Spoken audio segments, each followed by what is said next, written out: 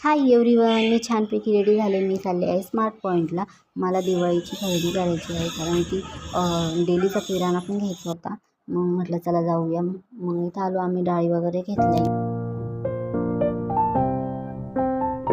आणि इथे मला आहे ना तूर डाळ जास्त लागते कारण आमच्या इथे वरण जास्त लागतं.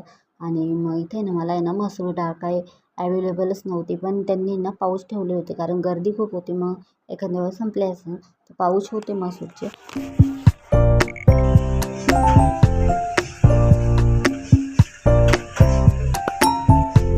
इथे ना खूप छान छान आहे ना ते ब्लॅकचे पॅच आलेले होते. कलरमध्ये पण होते, जसे पाहिजे तसे घेता येते.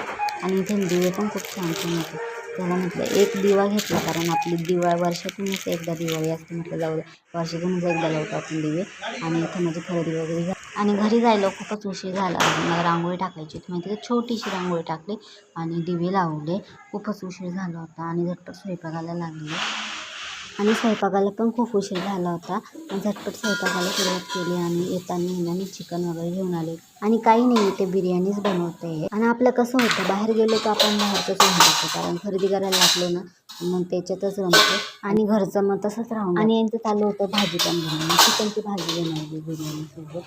आणि माझी तब्येत पण बरी नव्हती आणि आज मला थोडं बरं वाटलं. म्हटलं चला आधी ना पहिले घरातल्या वस्तू वगैरे काही घ्यायचं आहे ना ते खरेदी करून घेऊया आणि मग आपल्या पुढच्या कामाला सुरुवात करूया. आणि इथं मस्तपैकी चिकन फ्राय करून घेतलेलं होतं.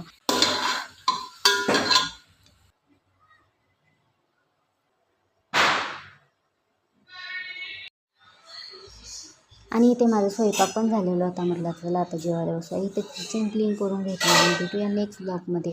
बाय.